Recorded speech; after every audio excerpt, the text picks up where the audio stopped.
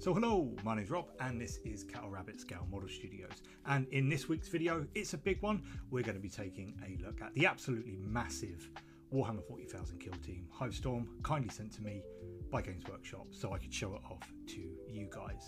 This box is absolutely stacked with stuff. It is absolutely brimming and it's a big old box. So there is a lot to get through. So without further ado, let's just get started and dive straight in.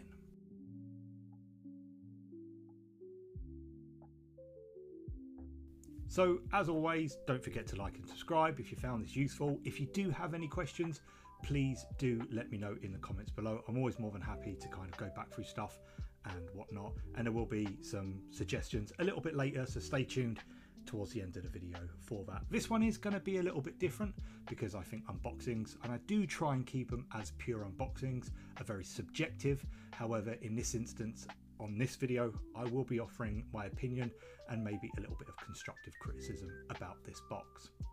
Now, my first concern about this box is it is made of that kind of shiny cardboard that isn't so robust. And as you can see here, we've got some puncture marks. In a way, this is a good thing because it means that the box is absolutely brimming with stuff, which is exactly what you want, especially with a price tag of £145 from Games Workshop. However, it also means that there's not much room and things might get broken. So that's a little bit of just a nitpick to begin with. So, you know, just beware. However, I do want to talk about the artwork. I always believe the first bite is with the eye, and I do really like the artwork that's on display here. It reminds me of old Star Wars covers. It's very thematic. It's very kind of, you know, emotional. You've got the guy looking out, you've got the bugs, you've got, you know, it's got that cool kind of orange feel to it. Really, really like the artwork, but then I like the Warhammer 40,000 artwork in general, so maybe I am a little bit biased here. Flipping it over, as you can see with the contents of what we've got on the back here, the box itself actually comes with a Corebook. You've got the Hivestorm dossier, which is something that I struggled to get out. That took way too many takes. There's an assembly guide, token sheet. You get your kill team token sheet for each individual kill team. There is some kill team approved ops cards in there. There's dice. You get full kill teams for the Vespids and Aquilons, and obviously all your scenery as well. You also get the equipment upgrade pack, which is actually pretty cool. We're going to take a look at that in a second. But if we just open it up now and we'll dive in and we'll start having a look at the sprues. So first up, we are going to take a look at the scenery. Now, 9th edition, very controversial, shall we say. We've seen these sprues before. They are a different colour to everything else that's in the box, just these two sprues. Obviously these were from the 9th edition start sets, so you can probably see that those were broken down and a lot of his stuff was used for this box set. It's nice scenery. I'm not going to talk too much about it because we've seen it before. I actually made mine into a little building. It's really easy to do. It's fun scenery. Lots of detail that might be, you know, going for and against it, especially if you just want to get stuff done. You could be a bit intimidated by it, but you know, it holds up well in my humble opinion. Looking at the new stuff, this is what we call the a stronghold, I believe they're called now. They're bigger buildings that can be occupied by troops and stuff like that. Like we saw in Octarius, rubble piles and junk piles and things like that, I think make a kill team board and elevate it from good to, you know, really drawing you in and just immersing you. And I'm going to talk a little bit later about how important the kill zones are and just, you know, some constructive criticisms that I have with these sets. Again, there is a lot of detail on it which might put you off, especially if you're a new hobbyist.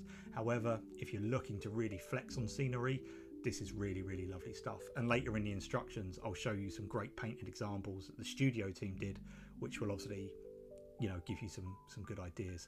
Lots of little gubbins and things like that, you know, just kind of bring a board to life in my opinion. However, sometimes I do feel that Games Workshop go really ham on detail, and sometimes even I sit there and think, I'm just not going to get the time to paint that or get it ready. However, one of the most interesting things I would argue in this set is the equipment upgrade pack. Now, you get your nice plastic range ruler. You used to get 2 in the start set. You only get 1 in this one. It's a shame, but there is a fix for that. We'll talk about that a little bit later.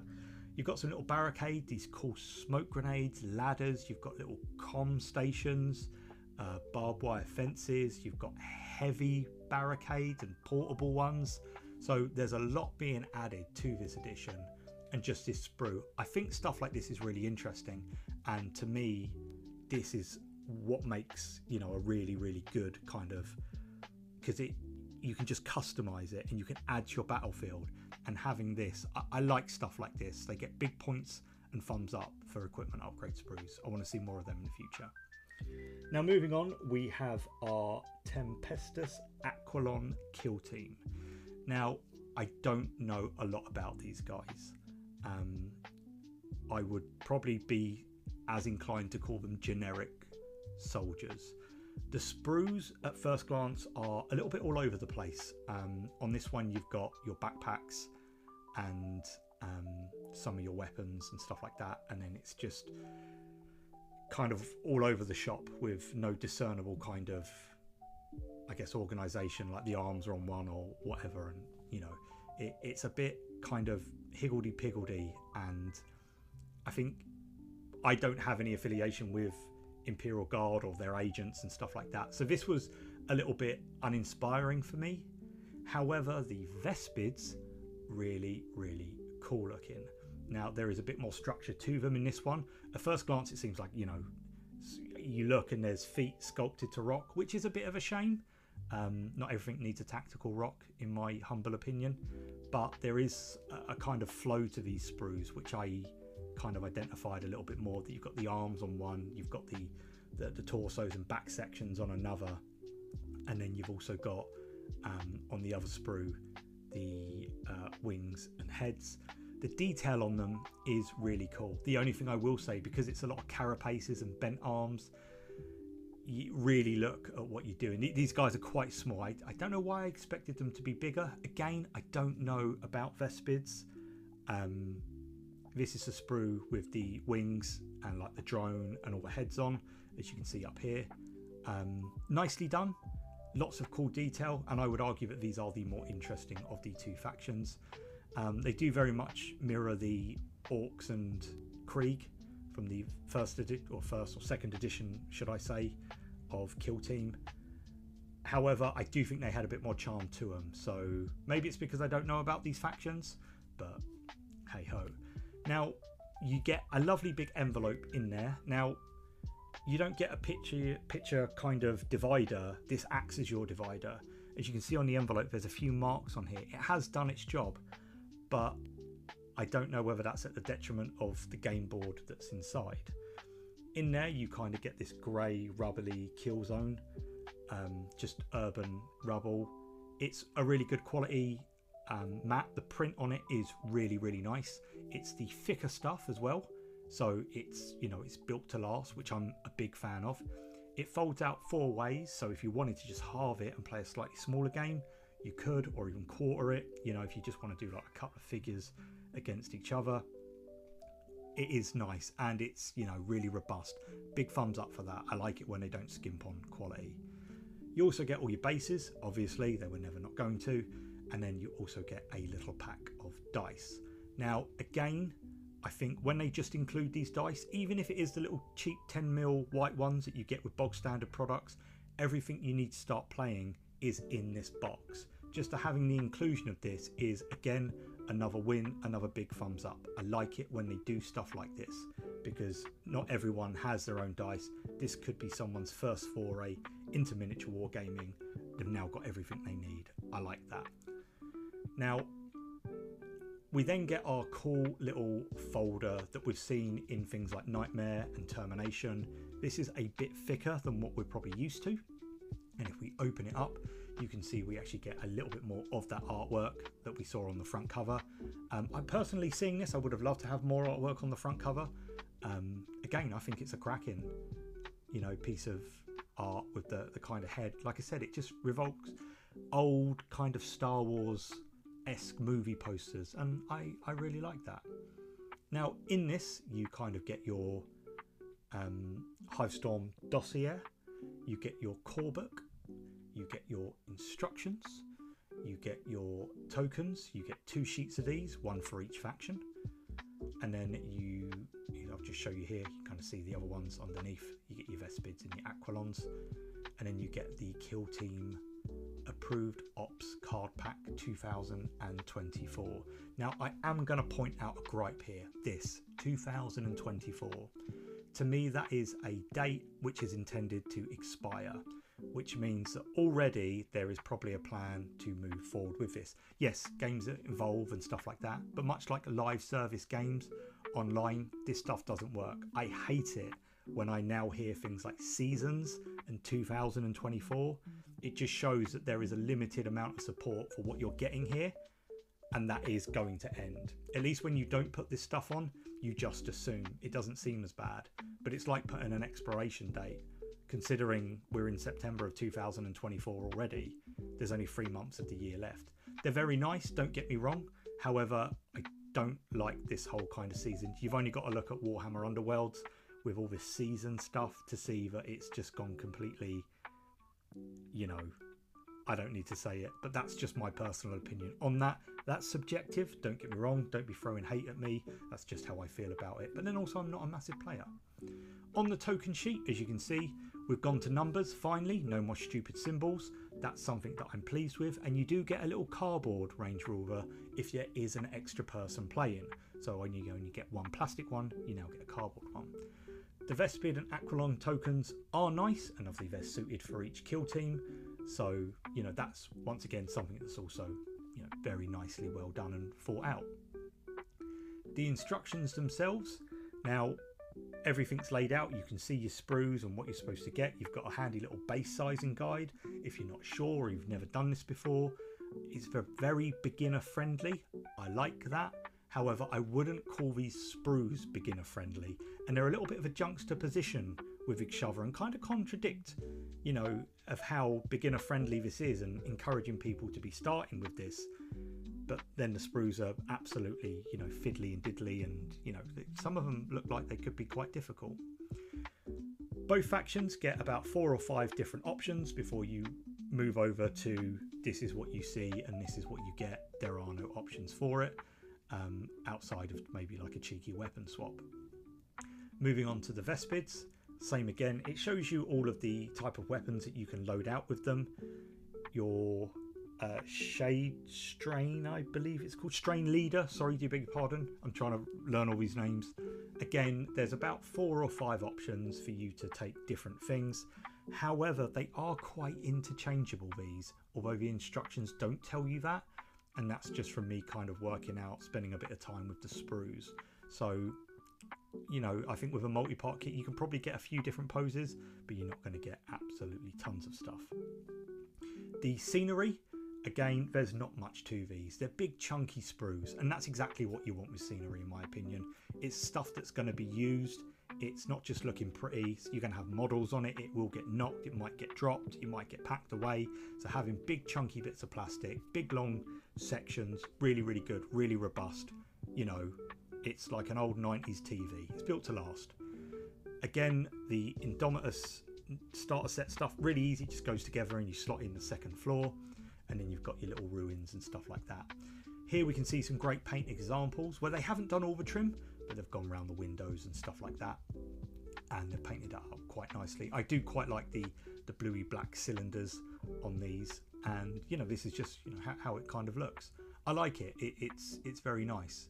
The way they've painted it is very less is more, and as you know from my kit bashing, I'm a big fan of less is more. It doesn't always need to be a massive drastic change.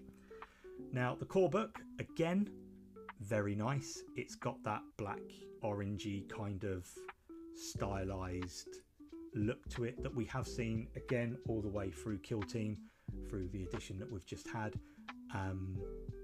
Not much to write home about, and I'm not going to go into all the rules because there wouldn't be enough time in this video. If you do want to see me go through the Corebook, let me know in the comments below, and I'm more than happy to either pop up a video or sit down one night and do a live together. There's some great painting examples in here. There's some lovely pictures, some mock scenes. It's very cool. It gives you some scenarios, some game types, and it's just a really well put together book. It's very presentable. It's very good looking. It's also incredibly easy to read, which is someone like me who's not a massive rules guy, I really like it. Here you can see the Volkus Kill Team, and then some more examples of the scenery. As you can see here, it's now got different types. Again, you know, I like this. It's pretty clear, and I do find that even though maybe you don't need as many explanations of this, and common sense probably would help you out, but they do try and cover all the aspects of the rules. But it is very well written in this instance. As you can see, great examples of kill zones and stuff like that. I like it. I am going to talk about them a little bit once again in just a couple of minutes. Shows you what you kind of need, the essentials. It's a good little core book. I do wish there was a pocket size one, as I think that would be really handy dandy. You don't need all the extra fluff in it and stuff like that, just the rules as a little core book. I spoke about that in my last video about free rules that come with little deliveries. I'd love something like that for this. Moving on to the Hivestorm dossier. Once again, massive mouthful there. It goes through the universal equipment, things like your, like special barricades and what things do and stuff like that. Personally, again, do you need rules for this? You could probably make your own, pretty simply as an objective. However, in here you do get your kind of battle plans for the scenery that is that. This is your Hivestorm book. If you want to play Hivestorm, this is the one that you kind of go to. Again, a very nice book, very well thought out. It's got, all your rules in, it's got your missions, so everything that you're going to need to get playing is in here. The only thing I will say, I would have liked to have separate cards for each kill team, rather than if you are playing with someone, you're constantly passing the book back and forth, which is a little bit of a shame that they didn't put those in there. However, not the end of the world. But I do believe for the price tag, once again, if you are going from Games Workshop, you probably should have got cards with this. That would have made it absolutely kind of spot on for the money, in my personal opinion. So that is Kill Team Hivestorm. That's everything that you get in the box. Again, if there's something that I haven't covered or something you want to look at or something you want to know, let me know in the comments below. Again, I'm always happy to go back. But now what I am going to do is something that I don't ever really do, is I'm going to talk about my opinion of this box now. Kill Team Hivestorm is an incredibly well thought out box. And just for the sake, again, before I kind of talk about my issues with it, this is subjective. However, it's a little bit of food for thought. I can't help but feel this is an incredibly safe box. If you are a new player, you'll probably get really, really excited about this. But for someone that's been playing Kill Team for a little while now, and especially after Gallo Dark, we had a slightly different setting and game style. It feels like a step back. Now, we had Vespids, we've kind of got this cool Hivestorm, but again, we've just got generic ruined buildings. And not only that, some that we've actually seen before. To me, this is a little bit disappointing. It seems like that where they wanted to go next was just back to generic ruined building. Kill zones are just as important to Kill Team as the actual kill teams themselves. We had the Vespids, and then once again the Aquilons. Now again, I found it really, really hard to try and get infused to even paint these guys, or even really just learn about them in general, because to me they were just generic space dudes. We already saw that with the Krieg and the Orc stuff, and it just felt that there could have been so much more potential with this box, but they played it very safe. Now just hear me out for a minute. Vespids, this scenery, but imagine like jungle canopies and a bit of like the death world, a forest death world, and overtaking it. We don't have the Tempestus Aquilons, but we have Catachans, and we go jungle warfare with being able to camouflage into scenery and stuff like that. Again, it just feels like a bit of a missed opportunity. And it only took me a couple of minutes to sit there and think, man, what would I have liked to have seen from this box? Again, I'm not saying it's a bad box. I'm saying it's slightly the wrong side of £125 for my personal opinion. one question I always ask myself is, if Games Workshop hadn't sent me this, would I have purchased it for myself? And I think initially I might have, but now I've actually sat down with this box, my answer would probably be no, I wouldn't buy this for myself. I like to be honest with that. I just feel that things started to get a little bit exciting with Gallo Dark and that, and now all of a sudden we've just taken that step back. But one thing I'd like to know in the comments below, and I never really ask people questions like this, if you were to design a Kill Team box set, what 2 kill teams would you put in it, and what would your kill zone be? Let me know in the comments below, and let's see if we can kind of you know, make something a little bit more inventive than this. Stuff like this is good because it is a little bit of a blank canvas. Like, you could cover this in snow, you could put it on like a sand so it's in the middle of a desert. However, I do just feel sometimes we always default to that generic rubble, and there's so much more out there. We're supposed to be in a universe of endless possibilities and planets and different environments, and all we seem to get is generic buildings. And I, for one, am just getting a little bit fatigued with it. And so that's just something that I wanted to talk about. That's my opinion. Once again, I don't talk about stuff like this because unboxings are subjective. If you're excited about this, the Aquilons, the Vespids, the scenery, then do you know what? I hope you have a absolutely fantastic time with it. You know, I really do. But do let me know what you thought about this as well. And my opinion, tell me I suck. It doesn't matter. But look, that's it from me in this one. I can appreciate this was a long video. Thanks for sticking around. I'll see you all next time. God bless and take care.